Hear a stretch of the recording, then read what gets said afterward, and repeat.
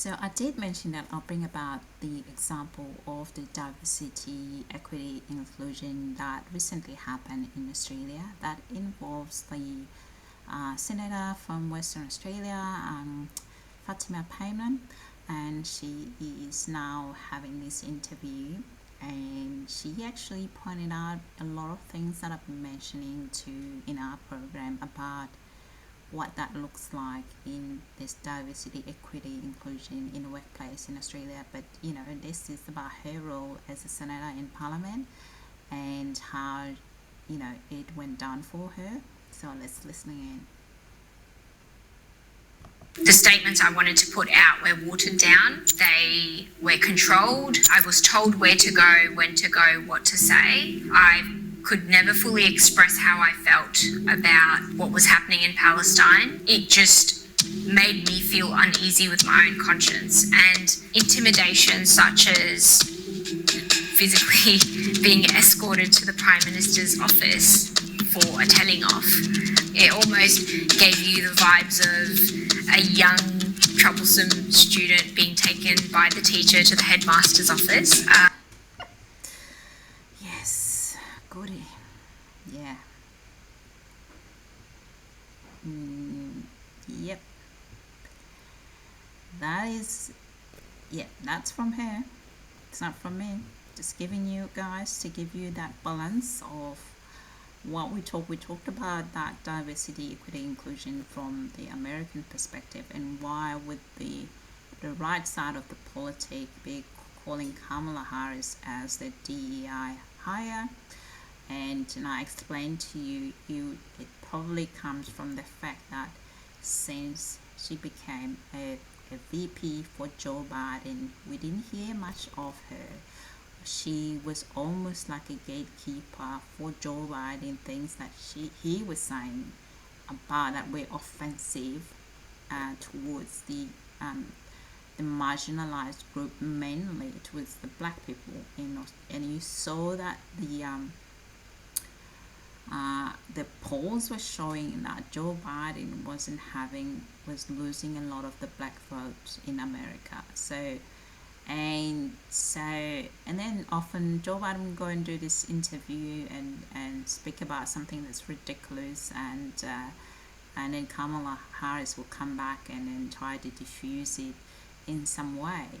But you can only do that for a short while. I think she probably gave up and didn't want to be now the gatekeeper, and she let Joe Biden be Joe Biden, and that's what we saw in the debate. So now we are looking at the recent event in the Australian political side about diversity, equity, inclusion, and how DEI, how that it's been working out for Australia, and whether this concept that I've been telling you that has actually been misused for what it is. And I've provided you guys a lengthy definition of what diversity is, that includes, and why it is important, that it is a positive thing to have, but it needs to be protected and be utilized that way. And if you see anything in the workplace or any role that the diversity, equity, inclusion is being used, you should not be tolerating that. You should walk out or should not be engaging in that, because it's actually been weaponized a lot. In many cases it's been weaponized. So let's listen in to her. I thought to myself as I was walking and receiving the glares and stares of random people in the hallways, would this have happened if I was an Anglo-Saxon woman? Senator Payman, thank you for your time. Thank you so much for having me. You crossed we won't actually go to the whole detail of this video about the abuse and everything that she faced, about her view. Obviously she voted the way she voted because of her conscience, and she was elected there knowingly, and she did describe she was the devout Muslim woman. Okay, that was her, that's her identity. So she didn't go there and say something other than Senator Fatima Payman. Okay, so If someone is elected in that, you want them to maintain that their own identity in the role, because they provide that diverse ideas and diverse way of doing things, and that should be celebrated. And because when you bring those different perspective and ideas, you can actually, the country can succeed. We can see that why America is successful, because they're able to utilize that more successfully in so many areas in their economy, having their people, the brightest people contributing no matter what. But when you are actually controlling people, people are moving out. We're seeing, as the director of the Thrive Pathway, we're seeing, and we provide personal development program for people. We're seeing people are moving out from this traditional workforce, and they're seeking things that are being able to sustain themselves, have an income, and also one of the driver away, decoupling away from the traditional workforce is the notion that people of diverse background, they're expected to be a gatekeeper for certain behavior in of the other dominant culture in Australia. And when people question those questions, then they meant to be a gatekeeper of that and defending the other person. And we saw that with um, the uh, the minister in that video that I showed you earlier, about her doing just that in the parliament video. So this is not just an isolated things in parliament. It's very common, and we can hear anecdotally from our program that we provide, and people that, the anecdote stories from them for how their experiences, and that how it is for them in their careers and within the Australian workforce. And then we know that in Australia we have a lot for years now, Australia has been going through this skill shortages. We've got over 1 million people, we're still having skill shortages. Okay, you could ask yourself, okay, if you've got 1 million people over in the last year or so, why are you still having a skill shortage? And is this revolving door of people who are high skilled individual not gonna tolerate being a gatekeeper, or a, what I call it, the help, being the help. They want to be able to contribute and provide their perspective and unimpeded be there, because they are skilled in what they do it well. So you cannot want to have someone like Fatima Payman to come into parliament and expect her to be the token. It just wouldn't work. She would resign, which she did.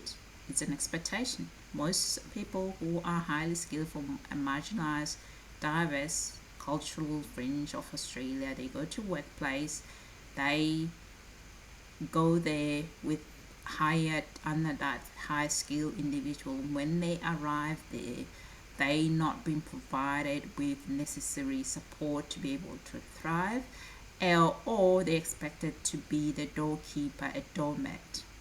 So then either they are tolerating that for a while, or they quit. Mostly they would quit, and mostly you will have Australia will continue to have this cycle of lack of skill force, of continuously looking for high skilled with higher migration, because there's not enough utilization of the skills. People are skilled in the workforce to provide that skills, because they're impeded. You cannot have a diverse South Australia and still have the policy and procedure of a colonial rule. It just wouldn't work. The two things don't mix together. So there's a lot of things there. They need people who are making this framework and policy need to, even businesses, people who are business owner. I'm a business owner myself. It's something you gotta make sure you look into that, because otherwise you're going to lose talent. You're going to lose skill, a labor force, continuously looking for that labor force, because you just don't understand how to keep your young and brightest. She is smart. Senator Payman is smart. I mean, she's young and smart, and kudos to her parents who have actually raised her to be this young woman who knows how to actually stand for her conscience. It's about her story and how she stood up for her own conscience.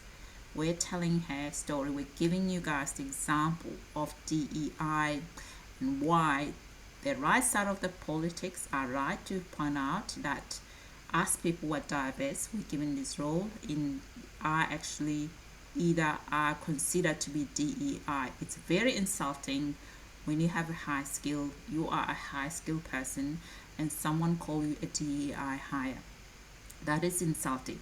I'm trying to point it out to you guys that it's coming from. Where is it coming from? Where this DEI notion is coming from? What they're seeing, and what we're seeing is actually based on the lived experience myself, being someone from that background, and also Senator Payman's example, public available example for you guys to show you that actually this is not just the Republican, oh, we're trying to get over, we don't want her, she's black, la la la. It actually comes from something, and we need to pay attention. And you need to actually critically think for yourself. Uh, you know, every time when I come here, I try to make sure that you guys have something to think about, something to critically analyze and think. I'm not giving you the answer. If this is an opinion, my opinion based on my lived experience.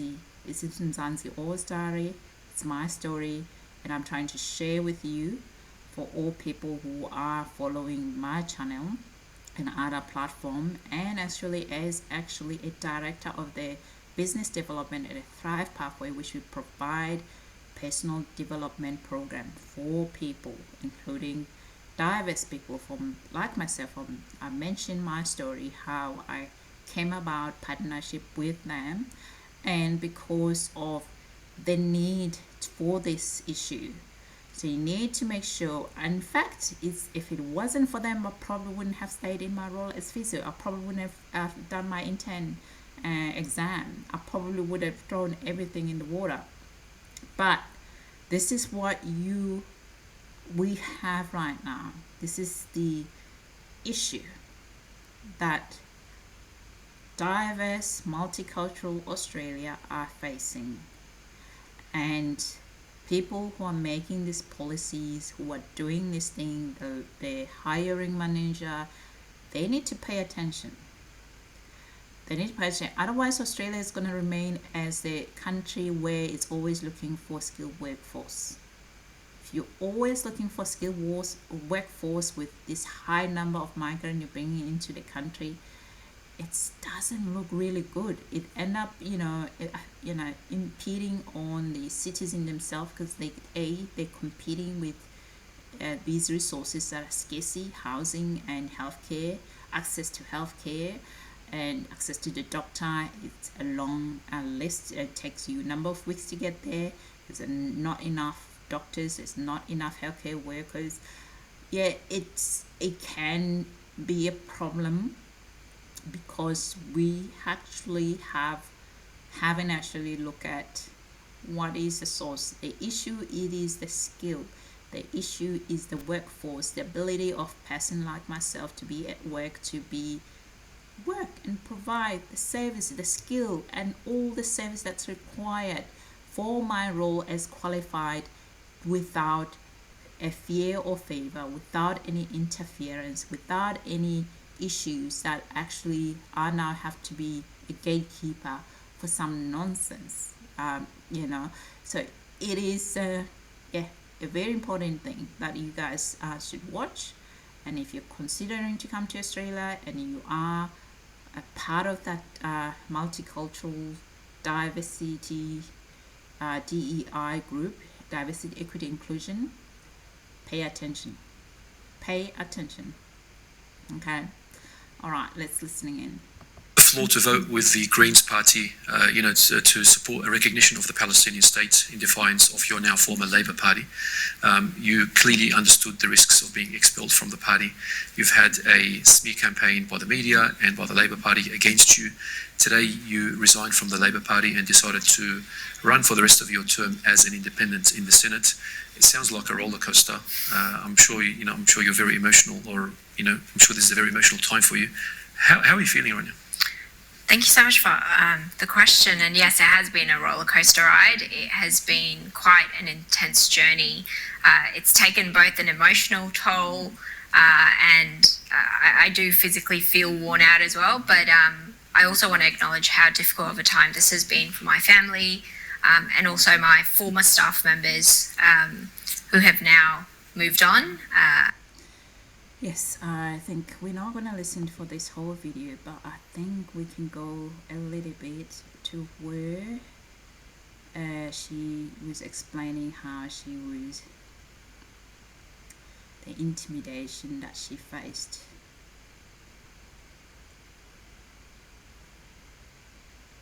Okay, where she, what has been like, yeah. This is the where she's been asked a question. Labour Party. I haven't looked at my phone, but I know it's been buzzing. Okay. I think even in the lead up to me coming to a decision, there's been a lot of comments, but also sentiments that have been shared with me, not just from my home state of Western Australia, but from New South Wales, Victoria, South Australia, Queensland. And some even abroad from different countries, encouraging me to continue fighting the good fight and encouraging me to stay strong on my principles.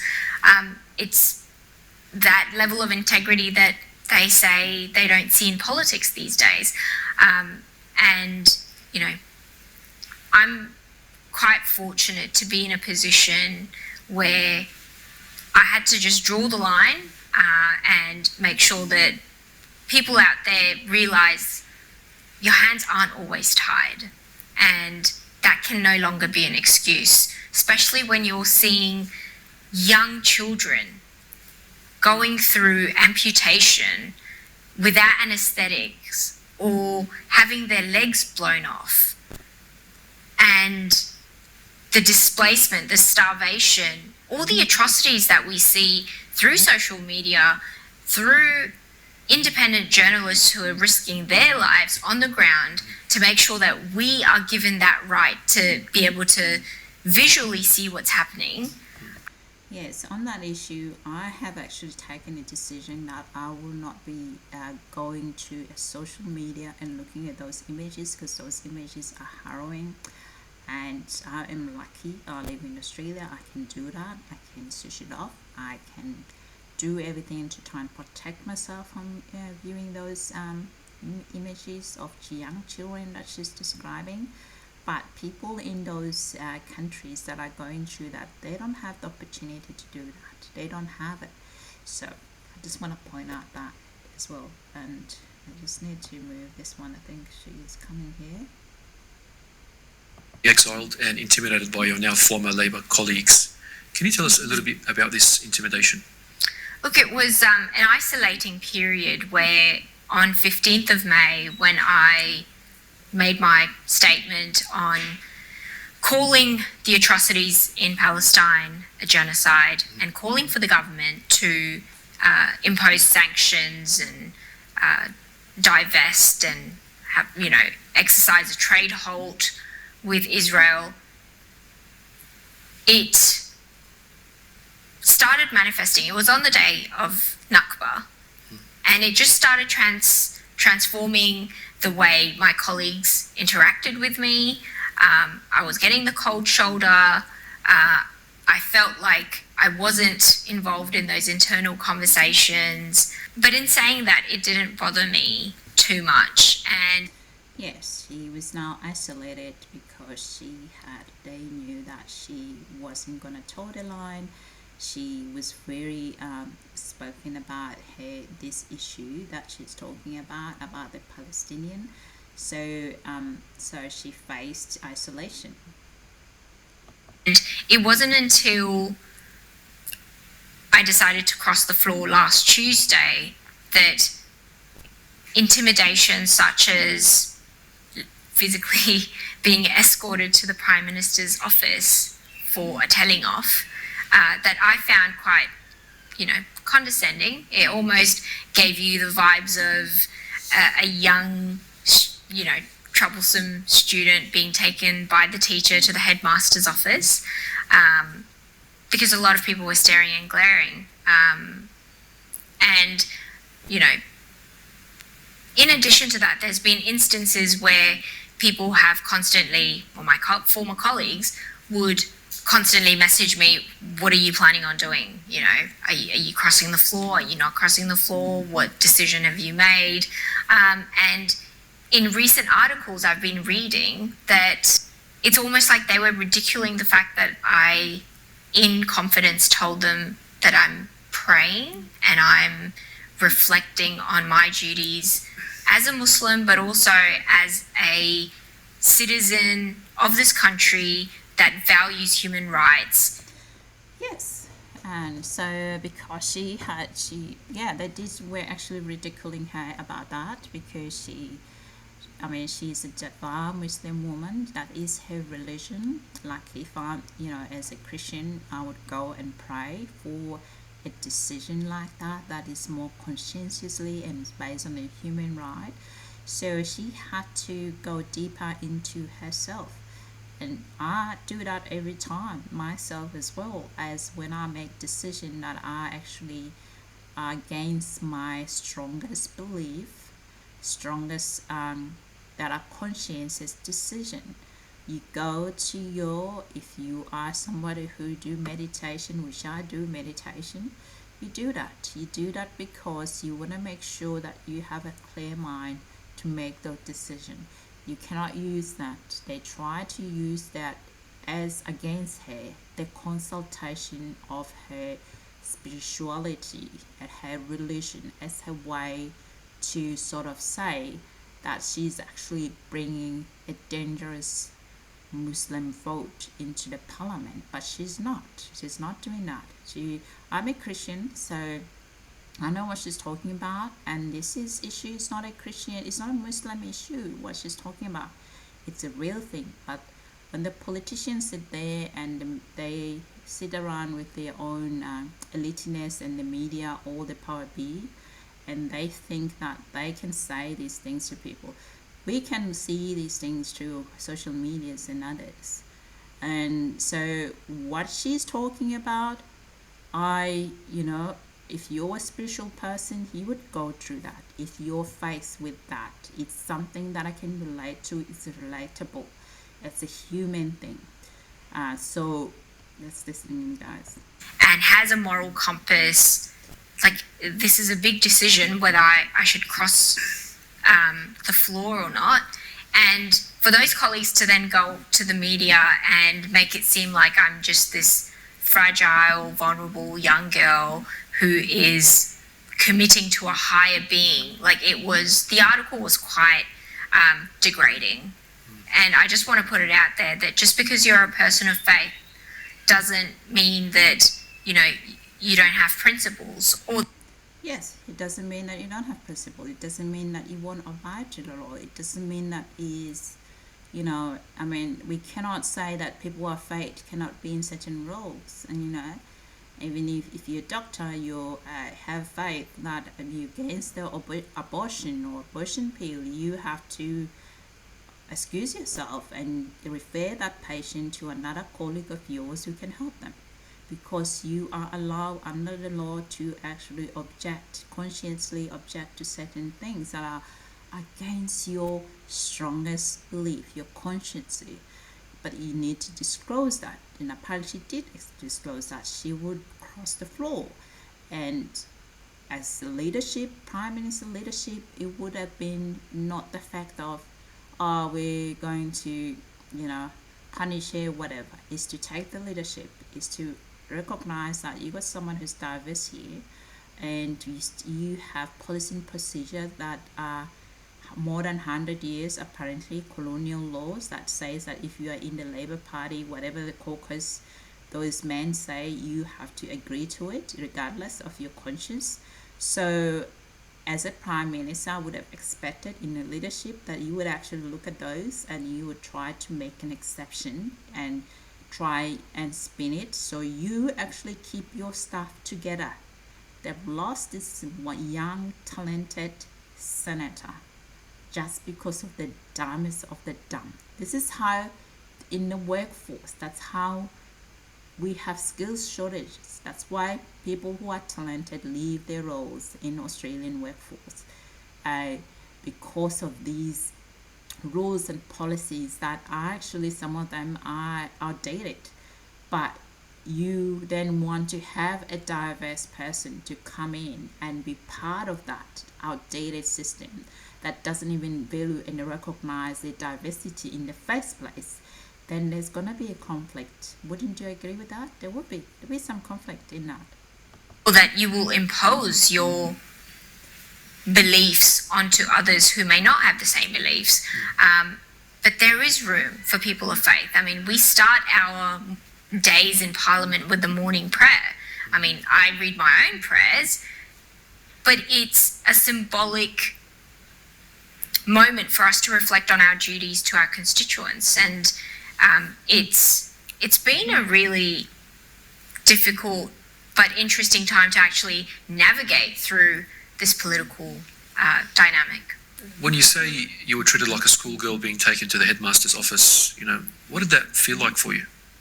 It was very patronising and condescending. I thought to myself as I was walking and receiving the glares and, stares of random people in the hallways, would this have happened if I was an Anglo-Saxon woman?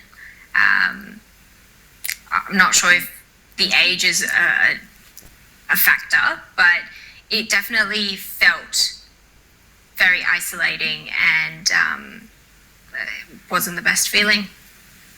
And do you harbour any resentment towards the Labor Party given the way that you were treated? I wouldn't say I've got resentment. I haven't taken things personally.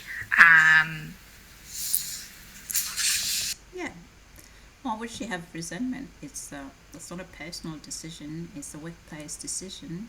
The Prime Minister made a workplace decision, and she also made a workplace decision based on her career, and that shouldn't be. And I like that answer. It's not a personal thing. Wouldn't be. Decisions, and I hope that they will reflect on perhaps reviewing their harsh, I'd say, rules of not allowing backbenchers to raise differences of opinion or for them to accept voices of dissent within their ranks and allow full conscience votes to take place, especially when it doesn't compel to pieces of legislation. Yep. Yeah, that's right. This was actually a conscience vote. It wasn't the legislative matter. So that's why I actually thought, when I saw that the actually history about how she got out of Labour, and I thought, maybe the Prime Minister should come into our leadership program. Actually, no. You don't do that. You don't. If you want to keep your young and brightest team, you want to make sure that you still have your team intact to deliver for Australia, you don't do that. You don't make those decisions as a leader. You actually amend the rules. You amend things. You maneuver. If you want a person who's skilled in your team and they cannot function because of certain things that are within the policy in there, you amend it. You got a power to change it. You can change it all. Okay? This is all dumb to say, oh yes, 100-year policy. Yeah. Look, it's clearly a smear campaign to discredit what I'm doing or pigeonhole me into a Muslim senator who only cares about Muslim issues. Community-based channel, it provides the services for those communities. So she belongs to this community. So why wouldn't she want to be part of this community that actually has supported her for many years? So it's so ridiculous to say that that isn't a case when I pledge to be the voice of West Australians. Western Australia is a massive state with a diversity of people who've got different views on things. And for me to come in and want to, represent their voices, I need to be cognizant about those views. So for media outlets out there to just pick and choose without the broader context and timelines of when things have happened is just poor journalism. I don't think it's poor journalism because they knew exactly what they were doing. They were actually, I think they knew what they were doing. It was an effort for them to try and to make her look like, a rogue senator. Some of the headline were saying she's a rogue senator, It wasn't, it was intentionally misleading. It was intentional because you could just go to YouTube and go and look at it very quickly within 10 minutes and find out some truth about it.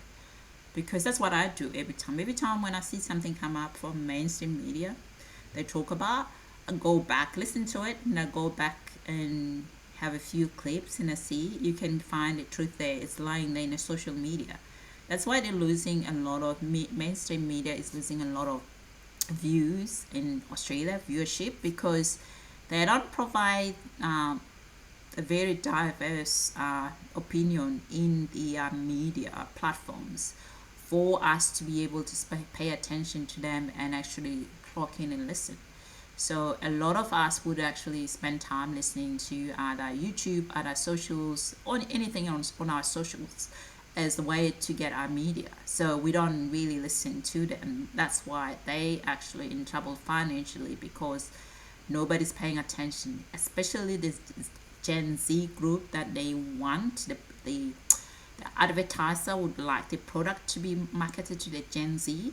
If they don't have that high viewership from that group, they're not going to advertise to them because their population is the Gen Z. They will go to social media and advertise, and because that's where most of these young people are.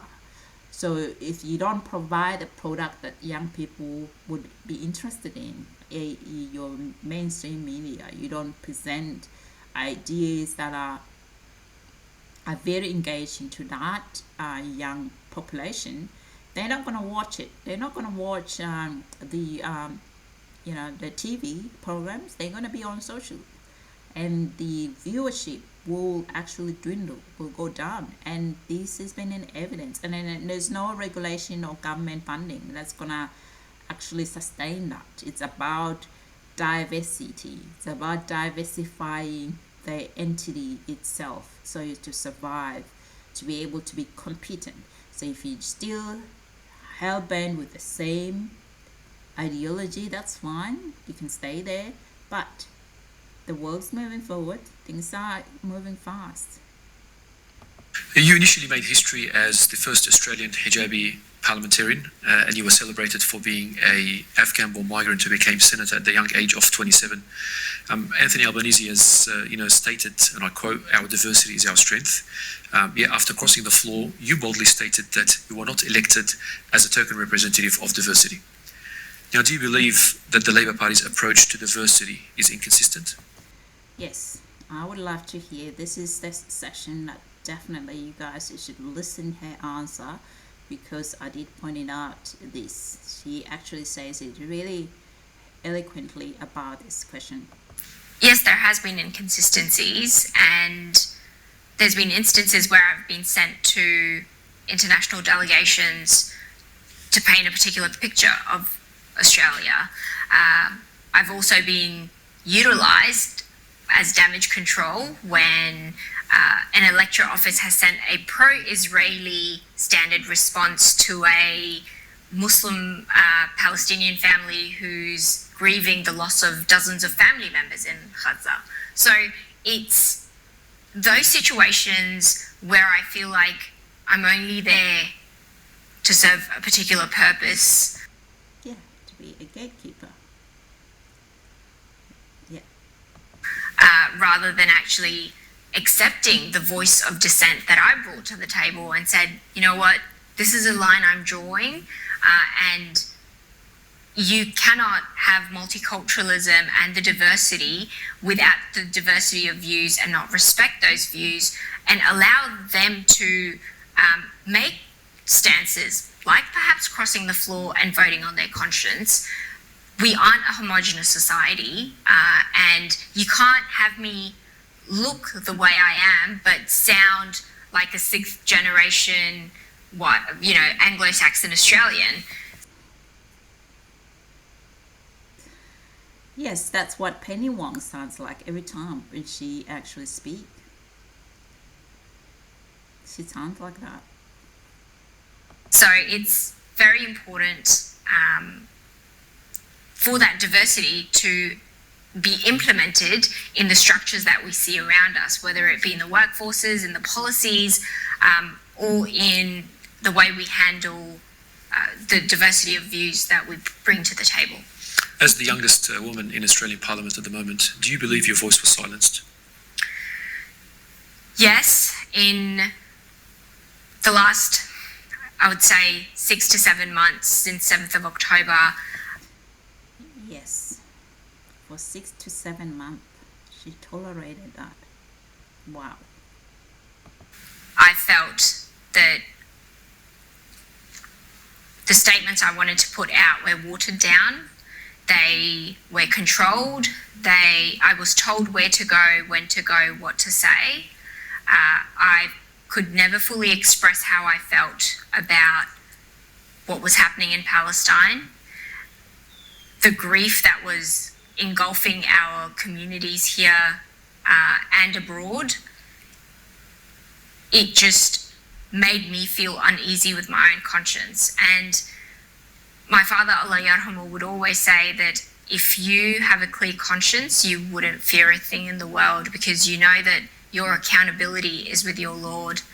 And for me, that's a big principle of, whatever action I take, I should be accountable for it, whether it's accountable to the voters that have voted me in, the people's voices that I represent in the communities, or the private actions through my faith that I conduct myself in a way that is to seek the pleasure of God and make sure that we're doing right by Him. It's definitely been a difficult past few months, to say the least. Yes, I think we'll cut this one here.